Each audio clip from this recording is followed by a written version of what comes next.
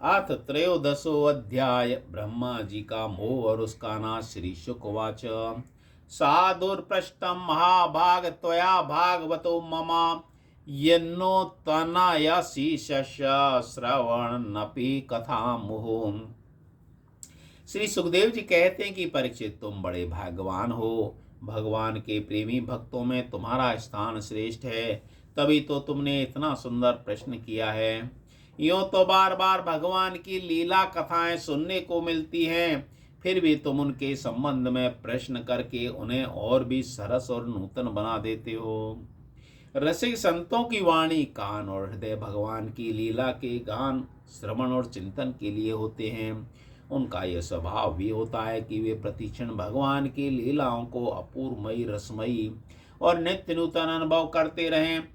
ठीक वैसे ही जैसे लंपट पुरुषों की स्त्रियों की चर्चा में नया नया रस जान पड़ता है। परीक्षित, तुम एकाग्र चित्त से श्रवण करो। यद्यपि भगवान की यह लीला अत्यंत रहस्यमयी है, फिर भी मैं तुम्हें सुनाता हूँ, क्योंकि दयालु आचार्यगण और प्रेमी शिष्य को गुप्त रहस्य भी बतला दिया करते हैं। यह तो मैं तुमसे कह चुका हूँ कि भगवान श्री कृष्ण ने अपने स्वाति ग्वाल वालों को मृत्यु रूप अघासुर के मुंह से बचा लिया।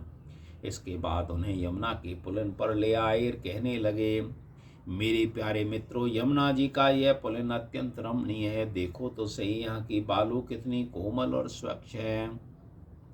हम लोगों को खेलने के लिए यहाँ सभी सामग्री विद्यमान है। देखो, एक और रंग बिरंगे कमल खिले हुए हैं और उनकी सुगंध से खिंचकर भौरे गुंजार कर रहे हैं। दूसरी ओर सुंदर सुंदर पक्षी बड़ाई मधुर कलरव कर रहे हैं, जिनकी प्रतिध्वनि से सुशोभित वृक्ष इस स्थान की शोभा बढ़ा रहे हैं। अब हम लोगों को यहाँ भोजन कर लेना चाहिए, क्योंकि दिन बहुत चढ़ आया है। हम लोग भूख से पीड़ित हो रहे हैं। बछड़े पानी पीकर समीप ही धीरे धीरे हरी हरी घास चरते रहे। ग्वाल वालों ने एक सर से कहा, ठीक है ठीक है। उन्होंने बछड़ों को पानी पिलाकर हरी हरी घास में छोड़ दिया और अपने अपने चींके खोल खोल कर भगवान के साथ बड़े आनंद से भोजन करने लगे।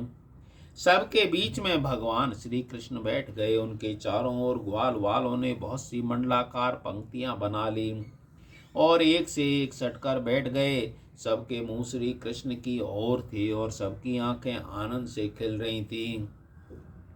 वन भोजन के समय श्री कृष्ण के साथ बैठे ग्वालवाल ऐसी शोभायमान हो रहे थे, मानो कमल की कर्णिका के चारों ओर उनकी छोटी बड़ी पंखुड़ियां सुशोभित हो रही हों। कोई पुष्प तो कोई पत्ते, कोई कोई पल्लव, अंकुर, फल, छीके, छाल और पत्थरों के पात्र बनाकर भोजन करने लगे।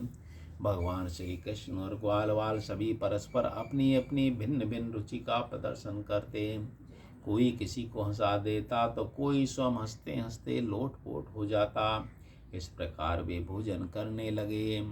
उन्होंने मुरली को तो कमर की फेंट में आगे की ओर खोस लिया, सींगीर बेंत बगल में दबा लिए। बाएं हाथ में बड़ा ही मधुर घृत मिश्रित दही भात का ग्रास था और अंगुलियों में अदरक, नींबू आदि के अचार मुरब्बे दबा रखे थे। ग्वालवाल उनकी ओर से घेर कर बैठे हुए थे। स्वयं सबके बीच में बैठकर अपनी विनोद भरी बातों से अपने साथी ग्वाल वालों को हंसाते जा रहे थे। मुंह में पानी आ गया। जो समस्त यज्ञों के एकमात्र भोक्ता हैं, वे ही भगवान ग्वाल वालों के साथ बैठकर इस प्रकार बाल लीला करते करते भोजन कर रहे थे। स्वर्ग के देवता आश्चर्यचकित होकर यह लीला देख रहे थे। श्री कृष्ण गोविंद हरे मुरारी, हे नाथ नारायण वासुदेव। भक्त भरत वंश शिरोमणि इस प्रकार भोजन करते करते ग्वालवाल भगवान की इस रसमयी लीला में तन्मय हो गए।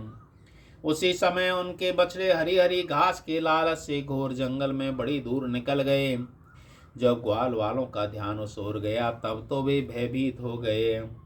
उस समय अपने भक्तों के भय को भगा देने वाले भगवान श्री कृष्ण ने कहा, मेरे प्यारे मित्रों, तुम लोग भोजन करना बंद करो, मैं अभी बछड़ों को लिए आता हूँ। ग्वाल वालों के इस प्रकार कहकर भगवान श्री कृष्ण हाथ में दही भात का कौर लिए पहाड़ों, गुफाओं, कुंजों और अन्य भयंकर स्थानों में अपने तथा साथियों के बचनों को ढूंढने चल दिए। परीक्षित, ब्रह्मा जी पहले से ही आकाश में उपस्थित थे। प्रभु के प्रभाव से अघासुर का मोक्ष देखकर उन्हें बड़ा आश्चर्य हुआ। उन्होंने सोचा कि लीला से मनुष्य बालक बने हुए भगवान श्री कृष्ण की कोई और मनोहर महिमामयी लीला देखनी चाहिए। ऐसा सोचकर उन्होंने पहले तो बच्चों को और भगवान श्री कृष्ण के चले जाने पर ग्वाल वालों को भी अन्यत्र ले जाकर रख दिया और स्वयं अंतर ध्यान हो गए।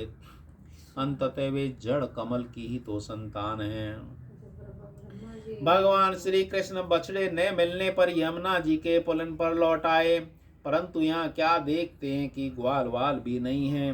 तब उन्होंने वन में घूम घूम कर चारों ओर उन्हें ढूंढा, परंतु जब ग्वाल वाल बछड़े उन्हें कहीं न मिले तब वे तुरंत जान गए कि यह सब ब्रह्मा की करतूत है। वे तो सारे विश्व के एकमात्र ज्ञाता हैं। अब भगवान श्री कृष्ण ने बछड़ों और ग्वाल वालों को, माताओं को तथा ब्रह्मा जी को भी आनंदित करने के लिए अपने आप को ही बछड़ों और ग्वाल वाल दोनों के रूप में बना लिया, क्योंकि वे ही संपूर्ण विश्व के कर्ता सर्वशक्तिमान ईश्वर हैं। परीक्षित, वे बालक और बछड़े संख्या में जितने थे उनसे छोटे छोटे उनके शरीर थे, उनके हाथ पैर जैसे तैसे थे। उनके पास जितनी जैसी छड़ियां, सींगी, बांसुरी, पत्ते, छींके थे, जितने वस्त्राभूषण थे, उनके शील, स्वभाव, गुण, नाम, रूप, अवस्थाएं जैसी थी। जिस प्रकार वे खाते पीते चलते थे, ठीक वैसे ही उतने ही रूपों में सर्वस्व भगवान श्री कृष्ण प्रकट हो गए। यह संपूर्ण जगत विष्णु रूप है। यह वेद वाणी मानो मूर्तिमती होकर प्रकट हो गई। सर्वात्मा भगवान स्वयं ही बछड़े बन गए, स्वयं ही ग्वाल वाल। अपने आत्मस्वरूप बछड़ों को अपने आत्मस्वरूप ग्वाल वालों के द्वारा घेर कर अपने ही साथ अनेकों प्रकार के खेल खेलते हुए उन्होंने ब्रज में प्रवेश किया। परीक्षित, जिस ग्वाल वाल के जो बछड़े थे उन्हें उसी ग्वाल वाल के रूप में अलग ले जाकर उनकी बखाल में घुसा दिया और विभिन्न बालकों के रूप में उन्हें भिन्न भिन्न घरों में चले गए। ग्वाल वालों की माताएं बांसुरी के तान सुनते ही जल्दी से दौड़ आई। ग्वाल वाल बने हुए पर ब्रह्म श्री कृष्ण को अपने बच्चे समझकर हाथों से उठाकर जोर से हृदय से लगा लिया।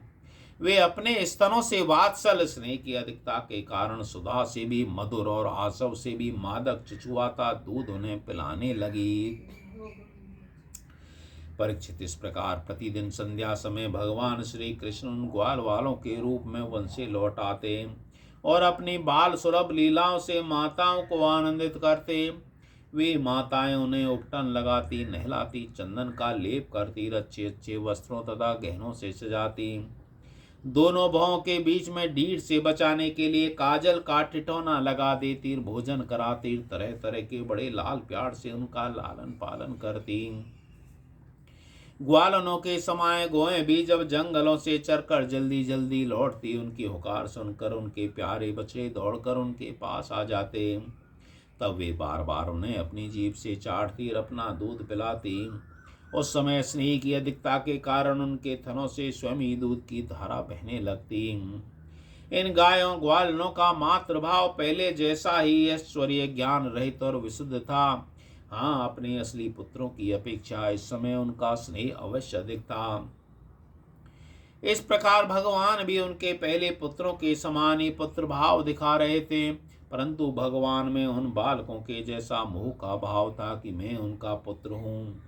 अपने अपने बालकों के प्रति ब्रजवासियों की स्नेह लतार दिन प्रतिदिन 1 वर्ष तक धीरे धीरे बढ़ती ही गई। यहाँ तक कि पहले श्री कृष्ण में उनका जैसा असीम और अपूर्व प्रेम था, वैसा ही अपने इन बालकों के प्रति भी हो गया। इस प्रकार सर्वात्मा श्री कृष्ण बछड़े ग्वाल वालों के बहाने गोपाल बनकर अपने बालक रूप से वत्स रूप का पालन करते हुए 1 वर्ष तक वन और गोष्ठ में कीड़ा करते रहे। जब 1 वर्ष होने में 5-6 रातें शेष थी, तब एक दिन भगवान श्री कृष्ण बलराम जी के साथ बछड़ों को चराते हुए वन में गए। उस समय गौएं गोवर्धन की चोटी पर घास चर रही थी। वहां से उन्होंने व्रज के पास ही घास चरते हुए बहुत दूर अपने बछड़ों को देखा। बछड़ों को देखते गौओं का वात्सल स्नेह उमड़ आया। वे अपने आप की सुध-बुध खो बैठी। ग्वाल वालों के रोकने की कुछ भी परवाह न करके जिस मार्ग से वे न जा सके, उस मार्ग से हुंकार करती हुई बड़े वेग से दौड़ गईं। उस समय उनके थनों से दूध बहता जाता था। उनकी गर्दनें सिकुड़ कर ढील से मिल गई थीं। वे पूंछ तथा सिर उठाकर इतनी वेग से दौड़ रहे थे, मालूम होता कि उनके दो ही पैर हैं। जिन गौओं के और भी बछड़े हो चुके थे, वे भी गोवर्धन के नीचे अपने पहले बछड़ों को पास दौड़ आईं और स्नेहवश अपने आप बहता हुआ दूध पिलाने लगी। उस समय वे अपने बच्चों का एक एक अंग ऐसे चाव से चाट रही थी मानो उन्हें पेट में रख लेंगी। गोपों ने उन्हें रोकने का बहुत कुछ प्रयत्न किया, परंतु उनका सारा प्रयत्न व्यर्थ रहा। उन्हें अपनी विफलता पर कुछ लज्जा और गायों पर बड़ा क्रोध आया। जब वे बहुत कष्ट उठाकर उस कठिन मार्ग से उस स्थान पर पहुंचे, तब उन्होंने बछड़ों के साथ अपने बालकों को भी देखा। वे अपने बच्चों को देखते ही उनका हृदय प्रेम से सरोबार हो गया। बालकों के प्रति अनुराग की बाढ़ आ गई। उनका क्रोध न जाने कहाँ हवा हो गया। उन्होंने अपने अपने बालकों को गोद में उठाकर हृदय से लगा लिया और उनका मस्तक सूंघकर अत्यंत आनंदित हुए। बूढ़े गोपों को अपने बालकों के आलिंगन से परमानंद प्राप्त हुआ। वे निहाल हो गए, फिर बड़े कष्ट से उन्हें छोड़कर धीरे धीरे वहां से गए।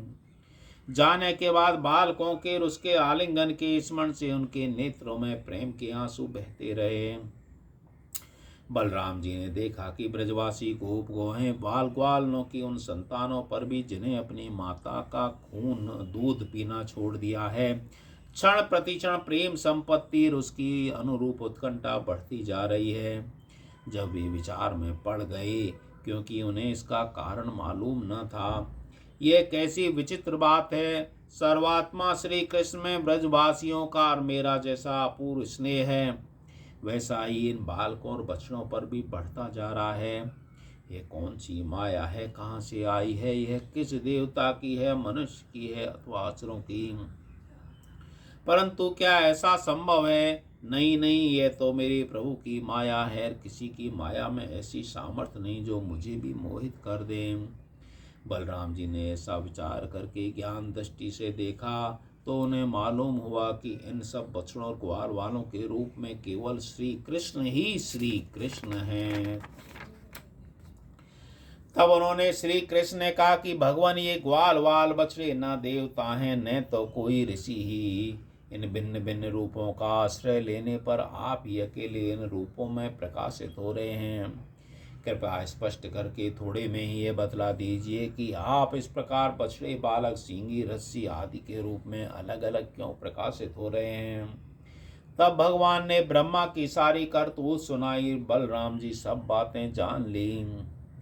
परीक्षित तब तक ब्रह्मा जी ब्रह्मलोक से ब्रज में लौट आए। उनके कालमान से अब तक केवल एक त्रुटि, जितनी देर में तीखी सुई से कमल की पंखुड़ी छुदे समय व्यतीत हुआ। उन्होंने देखा कि भगवान श्री कृष्ण ग्वालवाल और बछड़ों के साथ 1 साल से पहले की भांति कीड़ा कर रहे हैं। वे सोचने लगे, गोकुल में जितने भी ग्वालवाल बछड़े थे, वे तो मेरी मायामयी सैया पर सो रहे हैं। उनको तो मैंने अपनी माया से अचेत कर दिया था। वे तब से अब तक सचेत नहीं हुए। तब मेरी माया से मोहित ग्वालवाल बछड़ों के अतिरिक्त ये उतने ही दूसरे बालक और बछड़े कहाँ से आ गए, जो 1 साल से भगवान के साथ खेल रहे हैं। ब्रह्मा जी ने दोनों स्थानों पर दोनों को देखा और बहुत देर तक ध्यान करके अपनी ज्ञान दृष्टि से उनका रहस्य खोलना चाहा। परंतु इन दोनों में कौन से पहले के ग्वाल हैं और कौन से पीछे बना लिए, इनमें कौन सच्चे हैं कौन बनावटी, यह बात वे किसी प्रकार न समझ सके। भगवान श्री कृष्ण की माया में तो सभी मुग्ध हो रहे हैं, परंतु कोई भी माया मोह भगवान का स्पर्श नहीं कर सकता।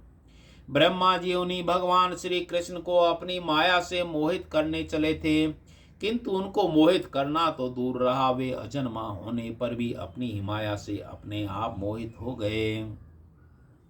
जिस प्रकार रात के घोर अंधकार में कोयरे के अंधकार कार दिन के प्रकाश में जुगनू के प्रकाश का पता नहीं चलता, वैसे ही जब क्षुद्र पुरुष महापुरुषों पर अपनी माया का प्रयोग करते हैं तब वह उनका तो कुछ बिगाड़ नहीं सकती, अपना ही प्रभाव खो बैठती है। ब्रह्मा जी विचार कर रहे थे, उनके देखते देखते सभी क्षण सभी ग्वालवाल बछड़े श्री कृष्ण के रूप में दिखाई पड़ने लगे।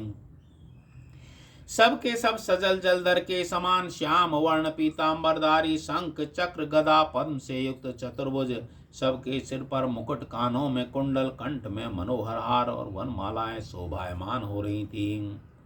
उनके वक्ष स्थल पर सुवर्ण की सुनहरी रेखा, श्रीवत्स बाहुओं में बाजूबंद, कलाइयों में शंखाकार रत्नों से जड़े कंगन, चरणों में नूपुर और कड़े, कमर में कर धनीर, अंगुलियों में अंगूठियां जगमगा रही थीं।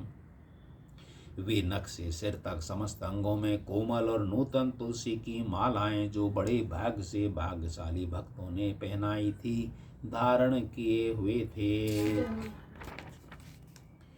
उनकी मुस्कान चांदनी के समान उज्ज्वल थी, रत्नारे नेत्रों की कटाक्षपूर्ण चितवन बहुत ही मधुर थी। ऐसा जान पड़ता था मानो वे इन दोनों के द्वारा सत्वगुण और रजोगुण को स्वीकार करके भक्त जनों के हृदय में शुद्ध लालसाएं जगाकर उनको पूर्ण कर रहे हैं। ब्रह्मा जी ने भी यह देखा कि उन्हीं के दूसरे ब्रह्मा से लेकर तृण तक सभी चराचर जीव मूर्तिमान होकर नाचते गाते और अनेक प्रकार की पूजा सामग्री से अलग अलग भगवान के उन सब रूपों की उपासना कर रहे हैं। उन्हें अलग अलग अणिमा महिमा आदि सिद्धियां, माया विद्या आदि विभूतियां, महत्त्व आदि 24 तत्व चारों ओर से घेरे हुए हैं। प्रकृति में क्षोभ उत्पन्न करने वाला काल, उनके परिणाम का कारण स्वभाव, वासनाओं को जगाने वाला संस्कार, कामनाएं, कर्म, विषय और फल सब मूर्तिमान होकर भगवान के प्रत्येक रूप की उपासना कर रहे हैं। भगवान की सत्ता महत्ता के सामने उन सभी की सत्ता महत्ता अपना अस्तित्व खो बैठी थी। ब्रह्मा जी ने भी यह देखा कि वे सभी भूत भविष्य और वर्तमान काल के द्वारा सीमित नहीं है, त्रिकाला बाधित सत्य हैं। वे सब के सब स्वयं प्रकाश और केवल अनंत आनंद स्वरूप हैं। उनमें जड़ता अथवा चेतनता का भेदभाव नहीं है। वे सब के सब एक रस हैं, यहाँ तक कि उपनिषदर्शी तत्वज्ञानियों की दृष्टि भी उनकी अनंत महिमा का स्पर्श नहीं कर सकती। इस प्रकार ब्रह्मा जी ने एक साथ ही देखा कि वे सब के सब उन पर ब्रह्म परमात्मा श्री कृष्ण के ही स्वरूप हैं, जिसके प्रकाश से सारा चराचर जगत प्रकाशित हो रहा है।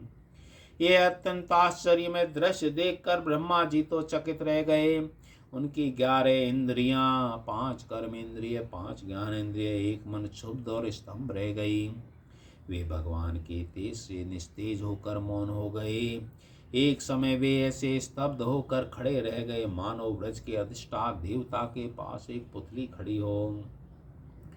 परीक्षित, भगवान का स्वरूप तर्क से परे है, उनकी महिमा असाधारण है। वे स्वयं प्रकाश आनंद स्वरूप माया से अतीत हैं। वेदांत भी साक्षात रूप से उनका वर्णन करने में असमर्थ हैं, इसलिए उससे भिन्न का निषेध करके आनंद स्वरूप ब्रह्म का किसी प्रकार को संकेत करता है। यद्यपि ब्रह्मा जी समस्त विद्याओं के अधिपति हैं, तथापि भगवान के दिव्य स्वरूप को वो तनिक भी न समझ सके कि यह क्या है। यहाँ तक कि वे भगवान के उन महिमामय रूपों को देखने में भी असमर्थ हो गए, उनकी आंखें मुंद गई। भगवान श्री कृष्ण ने ब्रह्मा के इस मोह असमर्थता को जानकर बिना किसी प्रयास के तुरंत अपनी माया का पर्दा हटा दिया। इससे ब्रह्मा जी को बाह्य ज्ञान हुआ। वे मानो मरकर फिर जी उठे। सचेत होकर उन्होंने ज्यों त्यों करके बड़े कष्ट से अपने नेत्र खोले। तब कहीं उन्हें अपना शरीर जगत दिखाई दिया। फिर ब्रह्मा जी चारों ओर देखने लगे। तब पहले दिशाएं और उसके बाद तुरंत ही उनके सामने वृंदावन दिखाई पड़ा। वृंदावन सबके लिए एक प्यारा है।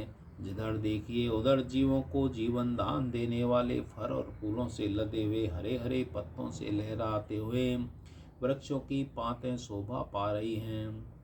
भगवान श्री कृष्ण के लीला भूमि होने के कारण वृंदावन धाम में क्रोध, तृष्णा आदि दोष प्रवेश नहीं कर सकते और वहाँ स्वभाव से ही परस्पर दुष्टज वैर रखने वाले मनुष्य, पशु पक्षी भी प्रेमी मित्रों के समान हिलमिल कर एक साथ रहते हैं। ब्रह्मा जी ने वृंदावन का दर्शन करने के बाद देखा कि अद्वितीय परब्रह्म गोप वंश का बालक का सा नाट्य कर रहा है। एक होने पर भी उसके सखा हैं, अनंत होने पर भी वह इधर उधर घूम रहा है, उसका ज्ञान अगाध होने पर भी वह अपने ग्वाल वाल और बच्चों को ढूंढ रहा है। ब्रह्मा जी ने देखा कि जैसे भगवान श्री कृष्ण पहले अपने हाथ में दधी भात का कौर लिए उन्हें ढूंढ रहे हैं, वैसे ही अब भी अकेले ही उनकी खोज करने में लगे हैं। भगवान को देखते हुए ब्रह्मा जी अपने वाहन हंस से कूद पड़े और सोने के समान चमकते हुए अपने शरीर से पृथ्वी पर दंड की भांति गिर पड़े।